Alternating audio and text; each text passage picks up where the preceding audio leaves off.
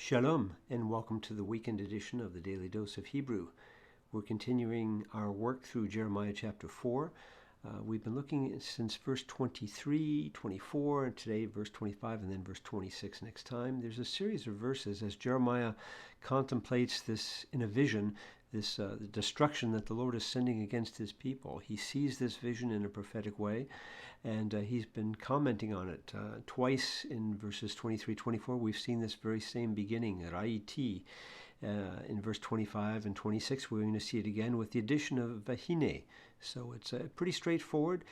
In all of this context, it's almost as though he's watching the creation undo itself with formless and void earlier on, and the creation week seems to be working backwards in some respects because of the sin of the people. So it's a very strong vision of what he's seeing here as this destruction is coming upon his people. Let's go ahead and read it in Hebrew.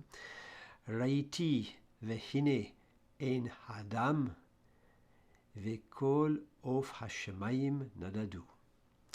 Very short, very simple. Raiti, as we've seen with the two previous verses, is just simply it's a perfect, and it's first common singular, and it's a cal from our verb ra'ah, to see. So we could say I saw, but it actually may have more of a present sense. It's almost like I looked, or I am looking. He's watching it unfold, especially with vahine right afterwards here. And as I said, verse 25 and verse 26 will have the hine, which the two previous verses did not. So I looked, and behold, there is not. That's our particle of non-existence. So there is not the man. Now, with the article on it here. Now, is this referring to a man, a male, or in the context, since all of this verse and the previous couple verses and in the following verse as well, we're going to see sort of a reference back to Genesis chapter 1, the initial creation, which was good. This time it's bad because of sin. It's undoing itself. If you go back to Genesis chapter 1, verse 27, where God made man, using the same expression, ha-adam, it probably means not just a particular male man, but humanity, human beings, because verse 27 of Genesis chapter 1 goes on to specify that he made man male and female. So there's the male man and a female man, a male human being and a female human being. So and this probably has the same sense here. God made human beings. And all the birds, now this is singular, of, but it's a collective noun in Hebrew, so we have to translate it as a plural, and it's in a construct state with hashemayim, there's your article there, heavens. So all the birds of the heavens, again a reference back to Genesis chapter 1, creation week, all the birds of the heavens, nadadu, is just it's a very simple verb, it's a perfect, it's a third plural with this us, a formative on it from a verb nadad, which means to flee or to flee away. So in its translation, pretty straightforward. We can't really go wrong with it too much. Let's go ahead and look at a couple other translations to see what we come up with here. We'll hide our work. And look first of all at New American Standard. I looked, and behold, there was no man. So they use the word man here. And all the birds of the heavens had fled. So pretty straightforward there.